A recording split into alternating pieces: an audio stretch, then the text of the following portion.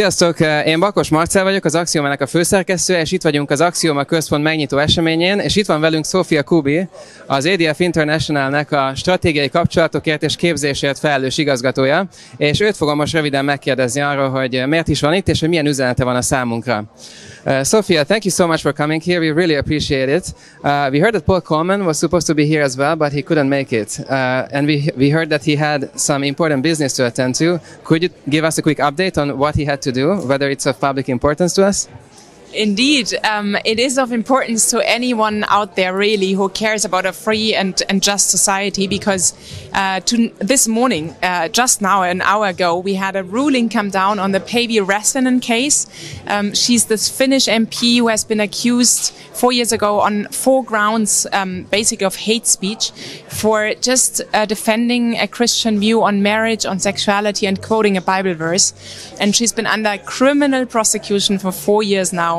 And we just this morning had the judgment come down in the second instance, and Paul Coleman is one of the lawyers on the legal team, and so obviously he was busy there. And I'm very, very happy to say that it was a unanimous win. So the Court of Appeals confirmed an earlier decision that said there's no hate speech in this whatsoever, and she should be free to say, speak her mind, and that this is not any kind of criminal offense. And so the court just confirmed that unanimously. We are very, very happy for her and for free speech really across Europe. That is really good news. Now, you work with ADF International, which has been described as the largest Christian legal ministry, globally speaking. We also had the opportunity to hear Áron Gyroszász, the Axioma founder, to talk about the vision of Axioma. Where do you think ADF International's mission and the Axioma vision meet? Well, I think there is, whether it has a more legal focus or more think tank focus or more public opinion focus, I think first of all, these spheres, of course, overlap very significantly. But I think more fundamentally, we are Christians who believe that Christianity is really good news for this world, and that is not true for just yesterday or maybe a sort of blurry future, but it's really true for today, with all its troubles and all the fragility really of the cultural moment that we live in.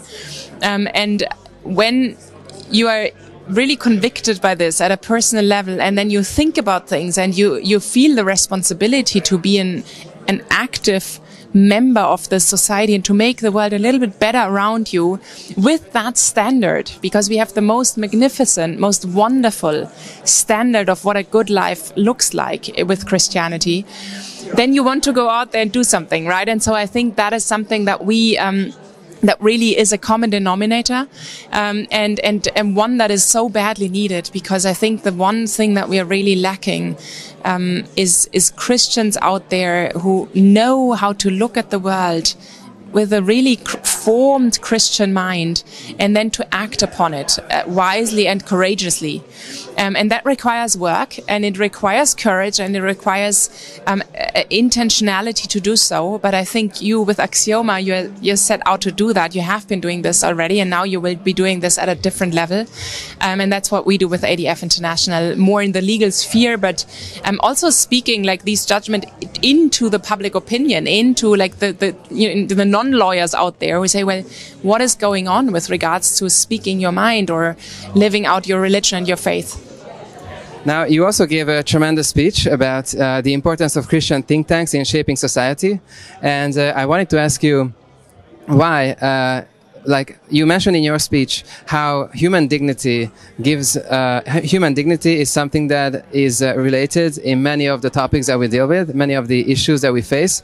And you mentioned that Christianity gives the best foundation for human dignity. Why do you say that? Well, so I think when we look back over the last century or so, and we can look back much longer, but let's just take the last century. I think we've seen this erosion of, gradually of a consensus that we all are equal, that we all have dignity, that you cannot take the life of someone because the person is too young or still in the womb or too old or too fragile or too sick, etc. Everything we are seeing nowadays with abortion and euthanasia and so many other sort of areas where we question actually whether or not we have an inalienable dignity. And so what we are seeing that this has been eroding, and now it's sort of accelerating even in legislation, this erosion of human dignity. And so that brings us to a really interesting question. Why should we be convinced of something like an equal worth of every human being, independent of any other features, age, fitness, health, wealth, and so on? And that really is a question that is not so easy to answer nowadays. And when you think about it, you come very quickly to the conclusion that there needs to be a standard, and the standard cannot be just inner worldly. The standard needs to be transcendent. And so that we have to have a transcendent moral standard. And of course, Christianity has an absolutely unique vision to offer there, right? Because we believe in a God who has created us and who has put purpose in us and meaning in our existence, and who is a good God and who wants our salvation. And who can save us. And so, I mean, this is an absolutely incredibly unique view of who we are and why this world exists. And so that may sound very philosophical and abstract, but when you apply this, when you ask yourself, well, why should I respect the dignity of someone who doesn't contribute anymore to society, who is just, sick and needs money and needs care and basically is a burden? Well, the only answer is because this is a child of God, created with equal worth. And so I think that standard is something we absolutely need to rediscover today. And I think as we see the consensus eroding around us, it's a fantastic opportunity to ask the really important questions again. And one of the very central questions, what's the standard?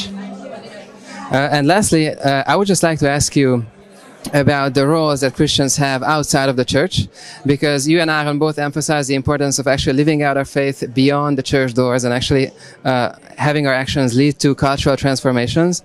So how would you encourage Hungarian Christians to step out and really live out their faith outside of the walls of the church?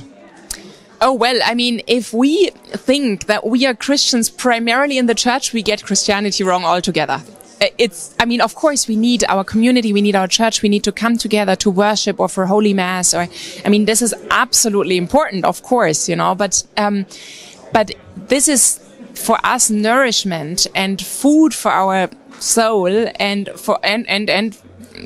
just within community and so on. Like we really nourish ourselves, we build ourselves up in order to be fruitful in the world.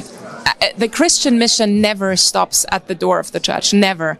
It cannot, because we have a commandment to go out there to the ends of the earth and make all people disciples. And so if that is a commandment that we have so unequivocally received really from God, then we have to take seriously that responsibility to really impact culture, transform culture, change the conditions of our world so that they would allow more human flourishing, a better life for everyone, but not just a better life in a random sense, but really a better life that corresponds to the truth of who we are.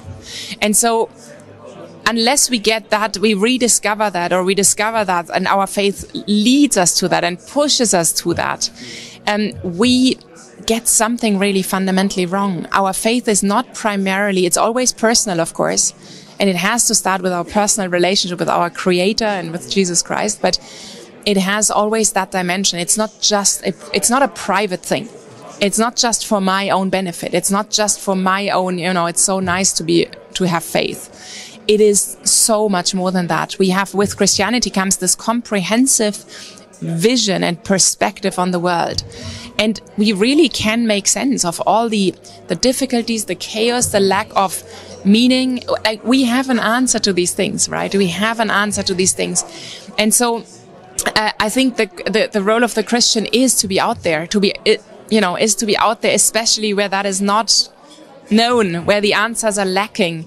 And so, someone today said we have still all the great old answers, all the great old questions of mankind, but we lack the answers. And I think that's where Christians have just a very unique place to occupy. And maybe one last thought is that I would say, we could always wish we would live in better times and in easier times in the past or in the future, and I think realizing as a Christian that it is it's not random that we live today. God wants, he puts us in this time right now, really for a reason.